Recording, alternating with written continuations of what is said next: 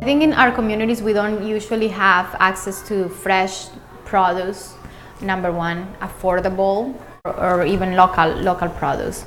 Sometimes we think that these products are not available because people don't want them, but that's not the truth. The truth is that just people can't find them. So sometimes they don't even know about it.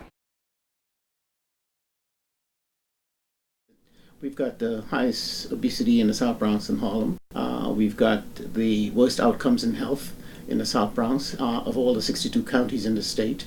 As a matter of fact, in terms of food security, in the South Bronx, 35% of the people in the year 2009 and also in the year 2010 went without food because of the absence of money, which means that they had the highest food insecurity in the entire nation, more than any other congressional district in the country.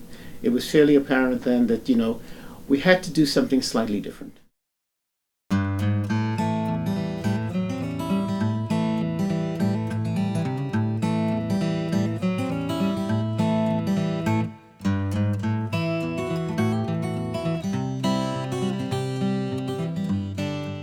In our innocence, we bought this farm. It goes back to 1802. It had been abandoned for 10 years, and it was 95 acres. It had a wonderful lake on it, a 5-acre lake, and we also, since then, have built an additional 1-acre pond.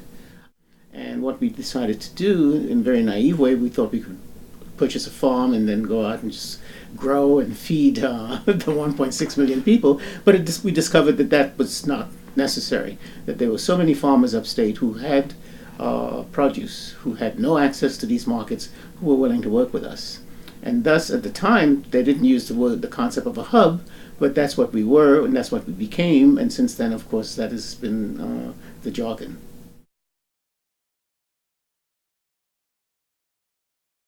We work with the farmers in terms of saying, here's what we would need over the coming year. Would you grow this for us? We agree on prices. We agree on the quantities they should grow. That all goes on a truck. That's all sorted by the number of sites we have in the city and gets on a truck. By Tuesday morning, about 3 or 4 o'clock in the morning, that truck leaves for the city, gets into the city. It's divided into 2 smaller trucks, and then it's delivered to 14 sites.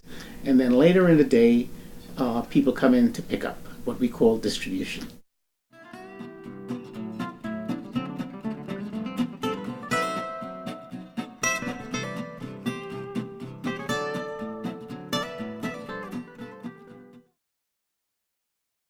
What you had this pent-up demand for something like a CSA.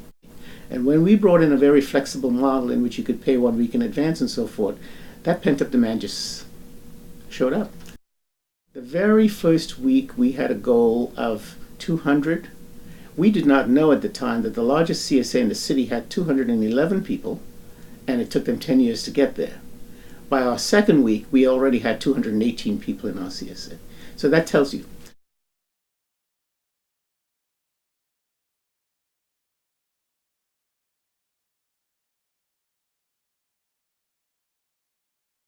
What we're really in the business of doing is redefining the relationships between upstate and downstate, between farmers, between investors, between communities.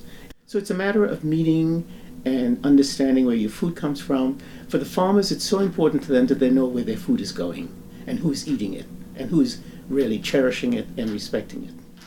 The vision is one of ownership. Investors initially in this particular venture made the commitment that if they had to give up their stake in this venture so that the community can own it, they would do it. And none of these folks are philanthropists. They're ordinary people, as I say, ordinary people trying to do some very extraordinary things.